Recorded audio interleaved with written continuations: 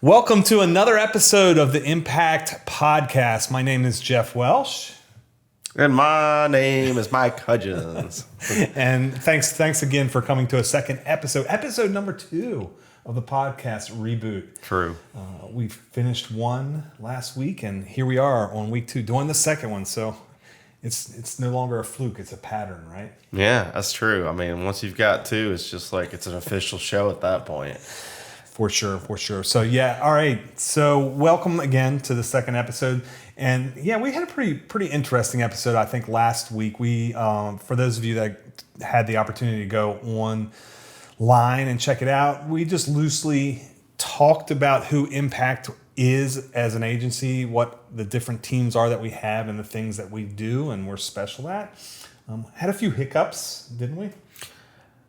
Yeah, I mean, we did find out that my mic was like not, working, but it was mainly picking up on yours. So it's fine. It's the same information.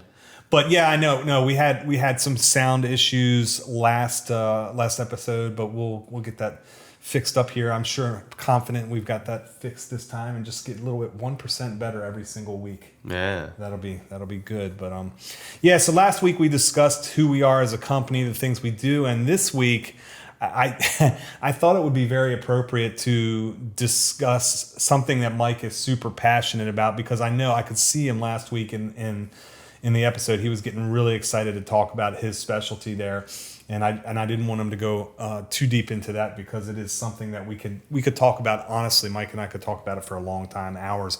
We're not going to do that today, but we are going to discuss CRO. Conversion rate optimization. For those of you that aren't aware what CRO stands for, it's a fancy marketing web term, and that category tends to fall into Mike's department of Impakt. So Mike, why don't you talk a little bit about what CRO is and what we do for our clients with that service. Yeah, so CRO stands for conversion rate optimization. And when we perform that service, we are working to improve the conversion rate on a website. I know it's kind of what the name implies, but yeah, I mean, that's done through a lot of means that we're going to go into.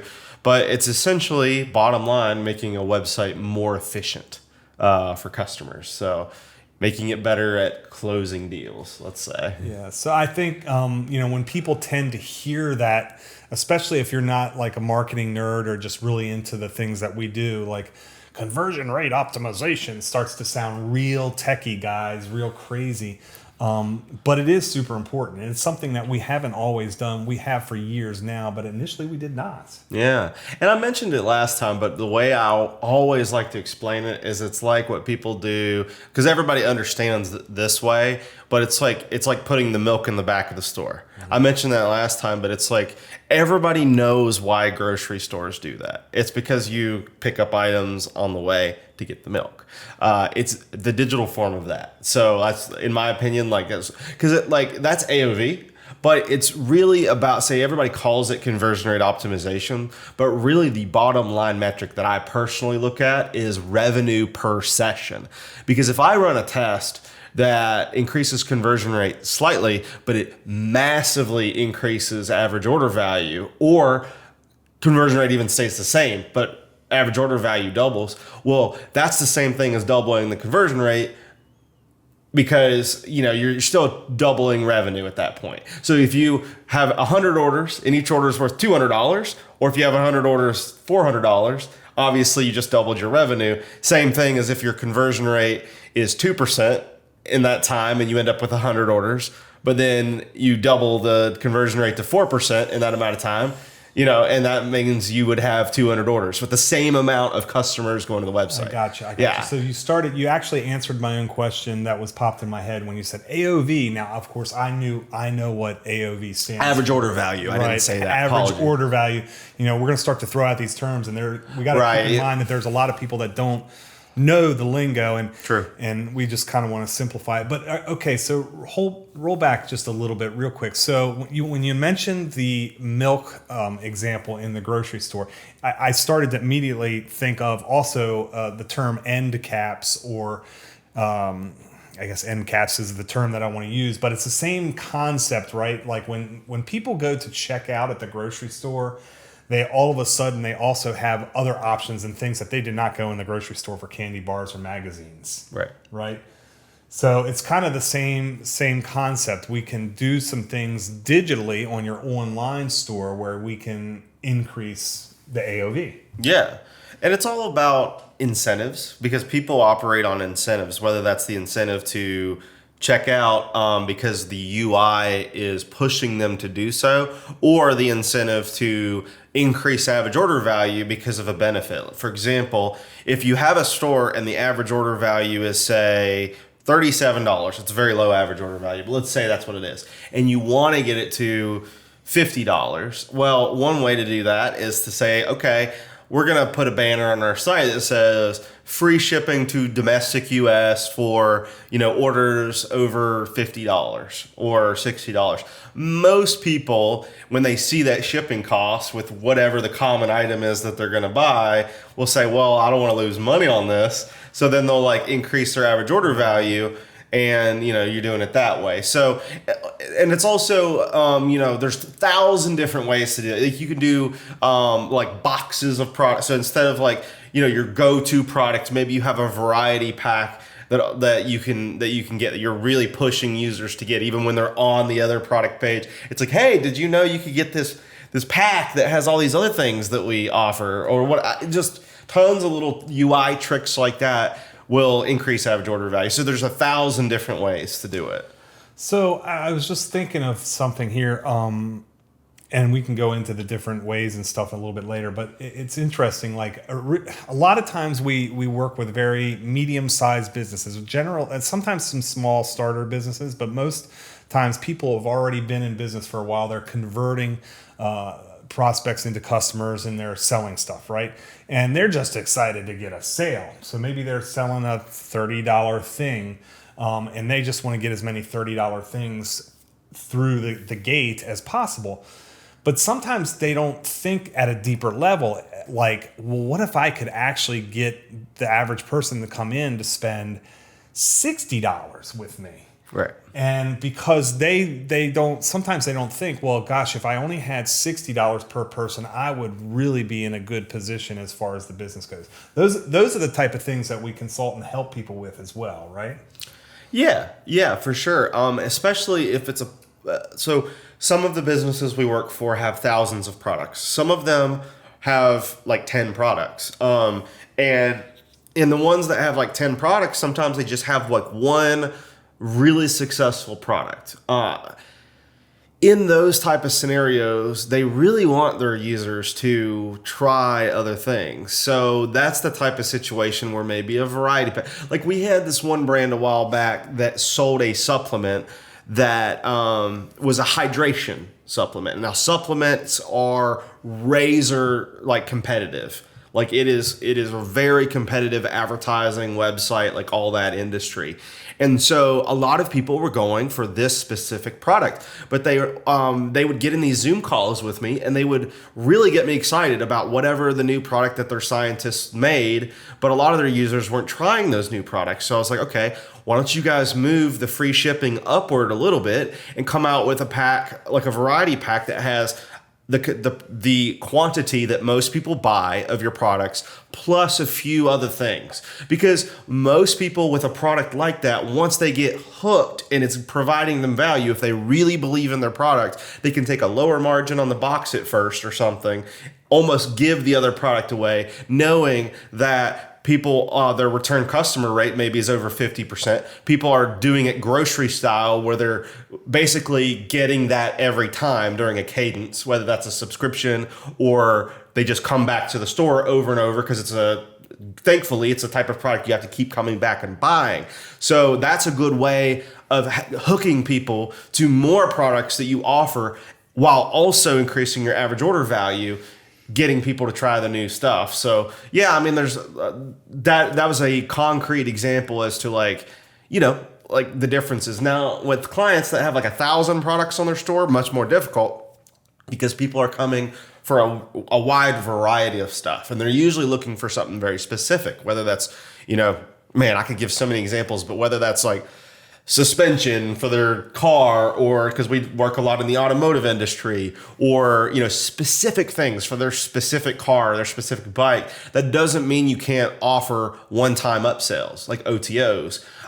In those scenarios, for example, those are way more effective than the boxes, the OTOs, because you can map the one-time upsell based on the product. So I'm going to define that. The one-time upsell is when you add an item to your cart.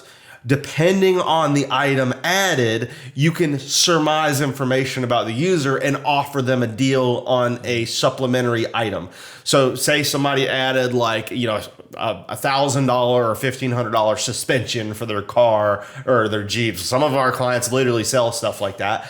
And so you offer them a high margin, like steering wheel cover for the same car, because you know that they have that Jeep because that's the one that they're adding the product to the cart for. So you can map those custom. It takes a lot of time for thousands of products, but when you're talking about the scale of money that some of these businesses make, it's worth like mapping those things out intentionally, like using your head, like when somebody adds this to your cart, what do they want? What else can I offer them that they would like that I offer?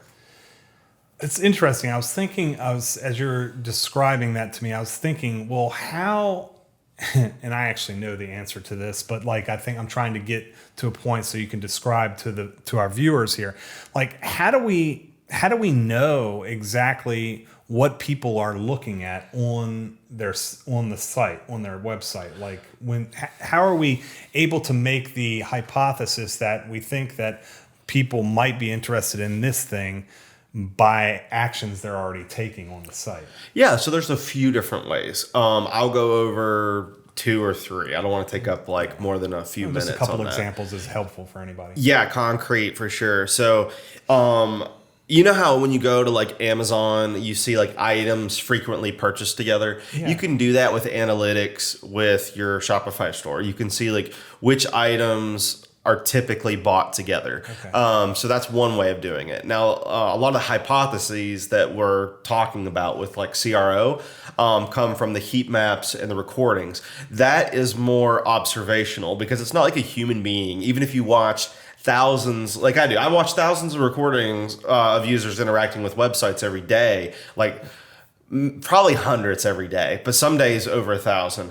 And what I'll store it like in my head, but it's not like you can't remember everything. So like when you're talking about correlating products like that, it's better to go with analytics data than it is to like observationally watch a ton of recordings and do the heat maps and do the recording stuff, because that's more for like forming your hypothesis for a test than it is seeing like what OTOs should I offer.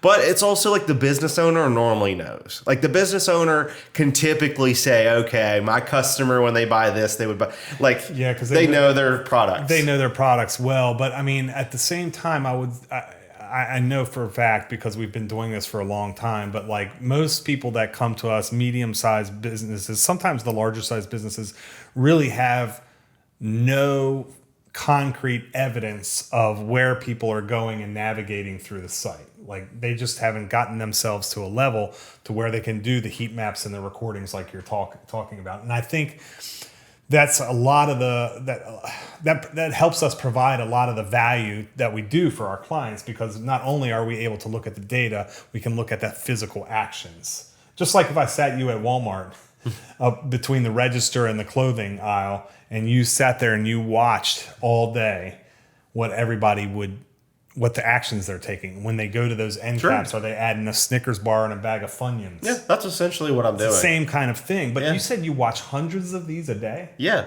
So all of our performance-based clients have our software installed. And that's my first like 30 minutes every day as I'm watching users interact with those websites and surmising like what can I do for these websites that will increase their bottom line. Because Impakt in itself, like we're paid based on the results that we provide for our clients. Mm-hmm. So if I'm not doing that, then I'm just leaving money on the table for both our clients and for Impakt as a company. So yeah, I mean, that's why I take that very seriously. I really try to keep in tune with what our clients are doing and what their customers are thinking, the evolving mentality of their customers for sure. Wow, it's a lot to sink in, even for somebody that understands it myself. Like obviously I don't do it on the day in, day out because that's not part of my position, but that's what you and the web team do. But I mean, just to have that knowledge and that capability to help us increase the chances of conversions being higher for their AOV is pretty valuable. We briefly touched on this last week in the first episode, but I want to touch on it again because I know that it's important. Let's talk about prior to CRO, like before when Impakt was in its infancy and young, and we were driving tons of traffic just through Facebook ads, by the way, back then, to websites that clients have come to us with that have not been optimized. Like what did we see from these people that were not going through a CRO process?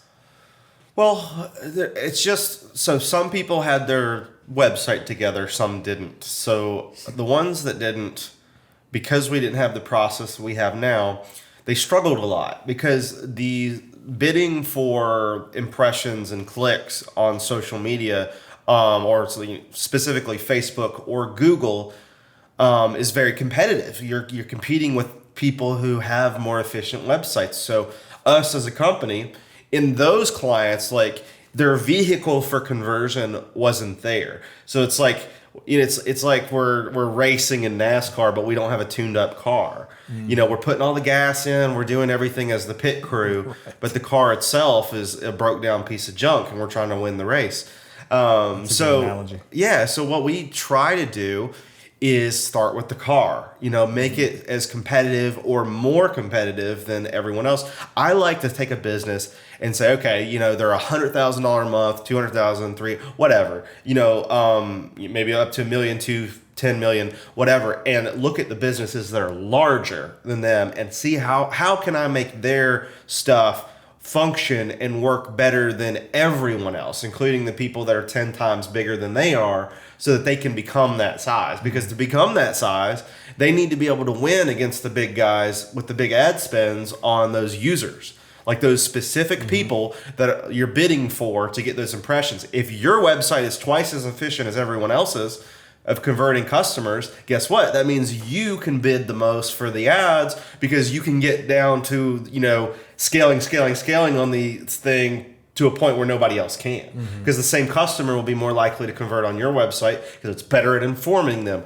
It's more efficient. It can, more valuable to the user. And that is the biggest thing, is it's like, how valuable is your website to whoever hits it? How attractive does it make the product look? How does the person feel? But most importantly, in my opinion, how well logically does it inform them as to why should they buy your product? Why should they convert on your website instead of going to Amazon and getting the cheap Chinese competitor, that's manufactured for 1,000 different brands, that's white labeled or whatever, and you're hand making something way better? Well, tell the users it's made in the USA, it's handmade, whatever makes you stand out against everyone else. Your website needs to be extremely good at conveying that, because half the time I'll meet a client and they're so good at explaining their own product to me, but their website, because it's not like they sat there and coded their website, so their passion and their enthusiasm for their product isn't translated into their website, and so therefore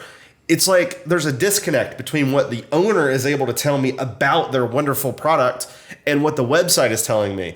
If I do my due diligence before I meet this man or woman, and I meet them and they tell me a lot of things about their product that I didn't know when I went to their website, I'm like, why?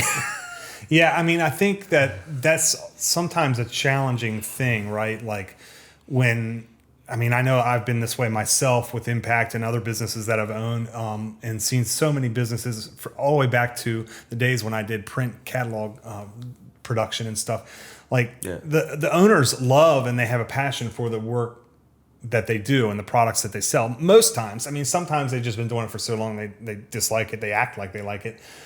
But in the digital world of today, when we're driving tons of traffic, which we do daily, It'd be interesting to know how much traffic we drive every day. I don't know why I just thought of that, but Yeah. onto all the different sites. That's a number we should look up.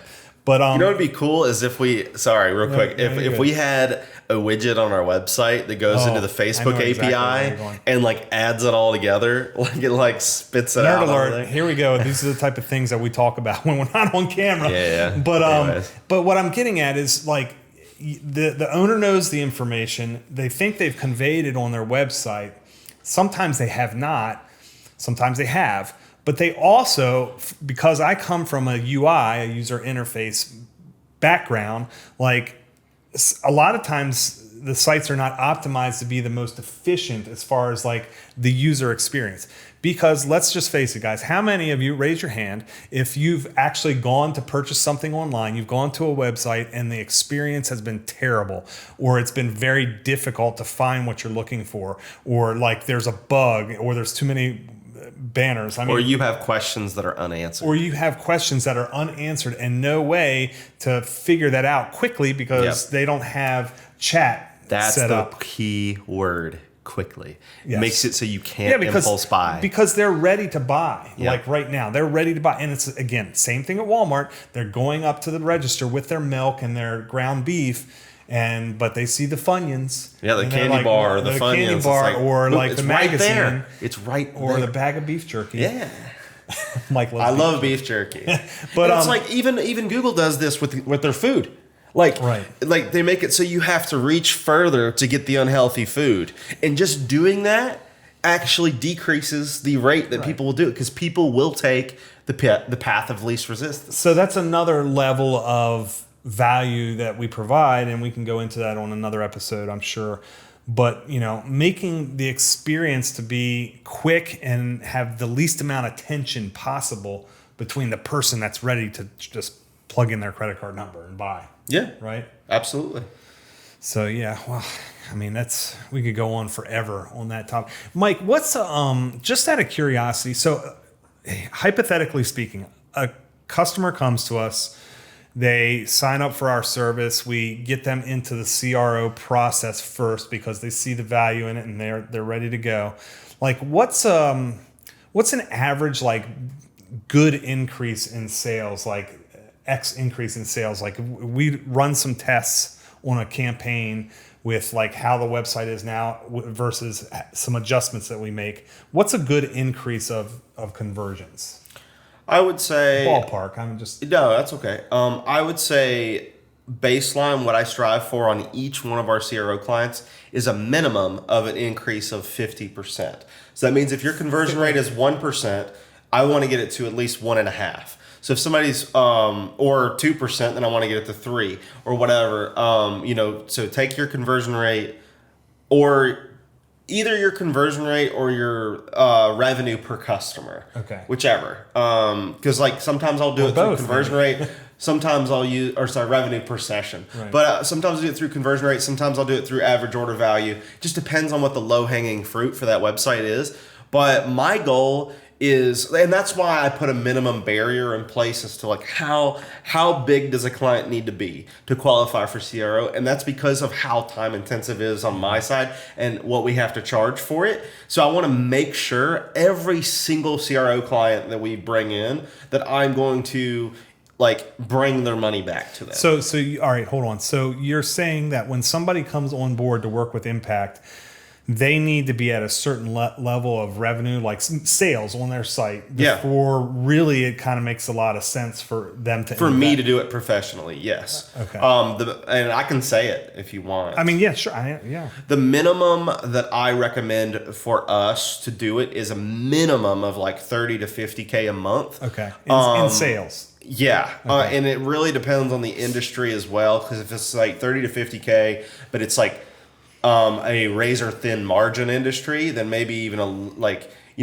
higher towards the 50. But if it's a really high margin website, like where the AOV is like over $300 or something, then that's where it gets closer to the 30K, like more leniency zone. Because if I increase their conversion rate by say 20 or 30%, if their average order value is that high, generally they will make their investment back. In fact, with the dozens of CRO clients that we've had, we have not had one unhappy customer, and we have not had one customer that hasn't made their money back because of the barriers we put into place. So if somebody makes at least that, which most of our CRO clients make a lot more than that. That's just the minimum. Yeah. I mean, we have clients that are doing $100,000 to $200,000 and beyond. Way more than that. Way more than a month. Yeah, way more. But okay, so $30,000 ish in sales of a product, and I think it's important to note. Part of the reason that we like to have that barrier is that we need to make sure that we're a good fit for our clients and that we can have success for them. And I can't ethically, like get people through if I'm not confident that I can do good work for them. They have to have come to us and shown us that they have a product that there is a need for and solves a problem in the marketplace and is converting. Because we've had people that are like straight out of the gate and have had some products that are not as high quality, and we've struggled with them because they for CRO because they have not test marketed their product yet enough. And we don't really do CRO for those type of ones, but like social media campaign wise, we can grow them to the point where I can do CRO. But yeah, they have to have a baseline like amount of both traffic, revenue, and all that. It just needs to all look good before we do that, a really intensive process, because it's like it literally takes as much time as like if you hired somebody to build a deck or something like that, like hours wise, it's something like that where it's like you are participating in a revenue increasing activity, but it won't increase your revenue compared to the cost unless you're of a certain size. Right. I think it's interesting and important to note too, like a lot of the CRO work that we do, there may from the non-back end, so from the client side, it may not look like there's a lot of things being done to make this happen, but I assure you there is, because I'm looking at on my screen here now. So we have, if you go to thinkimpact.com, guys, and you go to our services area, there's a whole page on CRO. You can read and see some examples.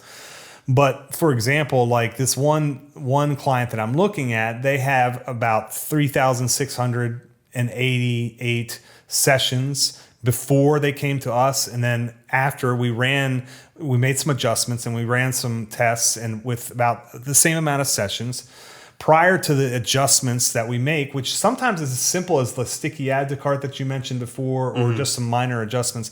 Their total revenue was $2,500. But after we've gone in and done some true analysis of the data and made some very simple adjustments that we think are going to be beneficial based on the information that we have, we were able to get them to an $8,150 total amount of revenue. So that's an increase of 3.2x. Yeah. And let me explain that as well to the person watching, because I think that is a eyebrow raising thing. First of all, that test ran alongside the original. So it's not like it's the original and then it's the variant, which is not what you said, but I'm just explaining it to the person. Well, that's why I have you here. In the same period of time. Yeah. I believe that was 2 weeks into a test. Okay. So let's say 2 weeks. I believe that. You remember this exact test? Let me look. It's the top one. Yep. So in that test, we were that so far in that screenshot, which it continued to perform at that level. It had been running for 2 weeks. The original and the variant were running alongside each other. When somebody hits the page, they are 50% likely to get the original, 50% likely to get the variant, and both of them had over 3,000 users in that time. Split exactly. There's no cherry picking. It's just a coin flip when you hit the page. And now in that regard as well, when somebody gets one of those two coins, it's persistent because it's stored in their browser. So if they go back, they're stuck in the version that they got. So that's a good, I think, point to make to the person listening to this. So That's how that works. And then in that time, what we had done was we reorganized the product page to better convey the unique selling points in a ton of different ways. And we improved the viewport on mobile. We did like a huge sweeping change to the product page. So that's, we were only measuring it on that one product page. So it's not like the whole business made, only that amount in 2 weeks. It was just that one product page. So that total revenue is for that one product. Yes, total revenue for that product. So if you add those two together on their Shopify dashboard, right, that's the total revenue that they made from that product in 2 weeks. Okay. And that was the split between it. And you could also see on the dashboard the spike in like the dollar value coming from that product was up by like 100% in that period compared to the previous period. And so once you declare the winner, you get twice like the benefit of that, because you're getting like say 50% of the users are getting the $8,000, 50% of the users are getting, what'd you say, $3,000?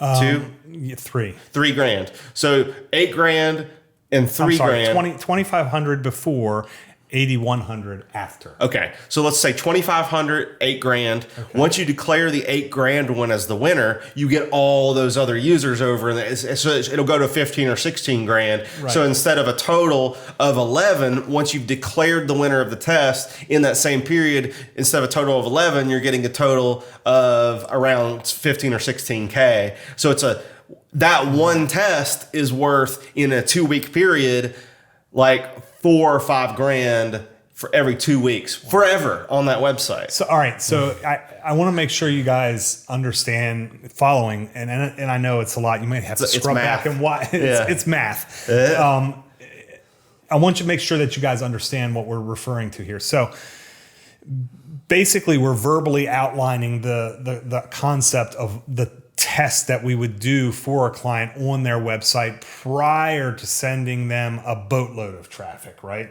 So before, and this is what we recommend we do with everybody, but before we start sending mountains of traffic to a site that's broken, we want to make sure that we can do anything we can to make it go up before we do that. So we may keep the ad campaigns, and this is something we can talk to Ali and Kaiser about in a future episode, but we may keep the ad. We may be sending traffic already, or a minimal amount of traffic, just so we can make sure that we find an area where we can make quick wins. Yep. If that makes sense. Well, they're trying to find their winner too, because the campaigns will have their own winners as far as creative.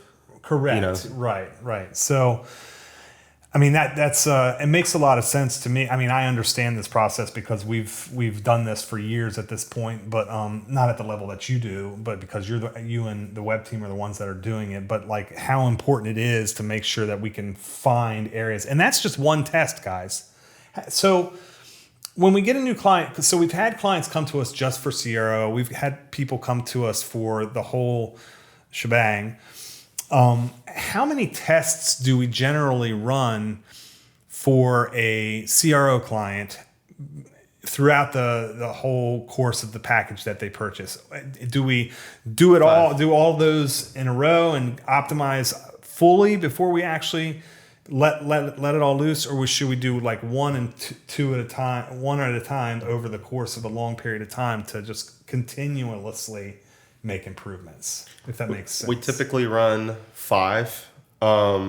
We have run up to 10. So 5 to 10 tests per CRO client package. Yes, because most of the time that's how many low-hanging fruit I can find. Okay. Yeah. Okay, so we find the low-hanging fruit, the quick wins first. Yeah, usually what I focus on are the biggest wins first. And that's why we do it that way, because by the time we get done with our CRO process, you are squeezing the smallest amount. So we give the best price we can for the 99% of benefit. You can get that last 1% if you pay 3 times the cost and you do it for 6 months or a year or something like that. But generally, you will get most of the value out of CRO in my opinion, in that time. You can keep like you can do CRO perpetually, but it only makes sense if you're big enough to where you can pay for that like over time. And most of the time it's just a better product if you just do 5 or 10 and you get 99% of value. It makes a lot of sense to me. I mean, the low hanging fruit, I mean, the fruit that sometimes our clients don't even know exist. That's where the value comes in with the stuff that we've done, guys, because we've done this for years at this point. Yeah, and it's psychology, honestly. Yeah, and I know that we've had some people who over a period of time maybe want to come back in with some future CRO tests or whatever, and we're glad to do that as well. Yeah. But typically you want to get the quickest wins first, which and a lot of clients once they get it and they get the breakdown of it, they'll come up with their own ideas too. And have you run those tests? They're typically successful. And that's what gets people so excited about it, because we present our ideas and it gets their gears turning, and this happens almost every time, which is why I love sharing the passion of CRO, because most people get into it, especially when there's money involved, because it gets the gears turning. So you start out, you pay us for that, but not only are you getting a guaranteed like ROI just based on our minimums that you have to hit, but you're also talking internally about like all of these optimizations that we can do. Like I tell you what I think, and then it wins, and then I come up with my next idea, and I keep doing that, and it gets you in the mentality of, oh wait, what if I didn't tell Mike about this? What if we tried that? And then they'll message me and I'll be like, that's a wonderful idea. Let's do that alongside my next test, and either combine them into one or like run 2 tests in 2 different places at the same time during a round. So I just kind of count that as one test, even though they're 2 completely different ones. So sometimes there's simultaneous. I do almost every time I do like a homepage redesign, and a lot of the times the client can really give me some insight into that. But the reason that the client likes to talk to me about CRO is because my first step is to become an expert on their product. That's the first thing I do when we sell a CRO client is I can never be as much of an expert as literally somebody who started a business and has done it for decades, but I can be as much of an expert as their best salesperson or something like that. Like that's who I want to be. I want to be their best like sales guy as far as on the digital side of things. So I need to understand the product to the same level of that. And yeah, anyways, went on a little bit of a tangent. No, it's perfectly fine. As you guys can see, Mike is super passionate about this. We've been doing this for years, and you just outlined something to me that I'd never even thought about before. And it's just because I'm not in the weeds of actually doing the work like you guys are, but having the customer, the client who comes to us, really get passionate about it and give ideas for tests later on. Because if you're able, they're probably thinking in their mind, if you're able to have this much success on multiple tests and you don't know our product as well as us yet, right? Boy, gosh, what can they do for me if I give them some more insight? Yeah. And I think that's where a lot of times the value comes really in for us as an agency, and the things that we do for our clients is that, we really are here to try to help you make things successful. And guys, here's the interesting thing. The interesting thing is CRO is the beginning of the working relationship and process with Impakt. Like for those that take advantage of it and come to us and use us for this service, we're only making things better from the get-go before the actual marketing team gets to the in the process of driving the traffic. And there's several layers of that there too. Like we have not even gotten into like creating the visuals, the creative, the Facebook ads, Google PPC, so email marketing. Like there's just scratching the surface of all the things that we can do. So if you can imagine CRO, the foundation of the relationship and increasing profitability of your online store. And then there's all these other various levels that we can continue to stack upon year after year, which is why, guys, that we show a lot of times, if you go to thinkimpact.com, and you'll see examples of year over year growth. We just had an epic one this week, didn't we? Yeah. And I think they're probably, I don't know if there's, well, so you guys will see it soon. I'm holding back. We have a client that we run race promotions for races for, and we had epic growth this time. So much to this year. For 2024, we were 4 times the volume of revenue this year than we were 2 years ago. And Yeah. I'm not sure, like they're not a CRO client, but was there any aspect of things that you did for their new ticketing platform that could have assisted in this growth? I mean, for that one, I'm gonna be real with you. I just did the Pixel integration. Okay. So I just put in Right. push the data over. I will say that, the reason that I think it's very clear to a lot of business owners what the benefit of this is. Unfortunately, we weren't able to do it for that specific one. One of the reasons it's so clear is because business owners are idea people. And so that's, I think, why they share my passion for CRO once they understand it and once they get into it. And they almost always share ideas with me as well, because that's why they build a business in the first place. Was to sure. fill some kind of need in the market, or because they're like a visionary, or like a person, an idea person that can see things like practically like that, but don't necessarily have the technical ability to do CRO. Well, you're exactly right, because that's what Luke and I are for this company too, right? Like we are essentially the visionaries that have the ability to fill a need in the market and help solve problems. And then myself specifically, I'm not going to speak for Luke, but myself specifically, because I've been in the creative industry for 3 decades, I understand a lot of this to a certain point. Obviously not as deep as Mike does when it comes to the CRO. But that being said, the CRO service that we offer comes as a result of some training that Mike and I did years ago.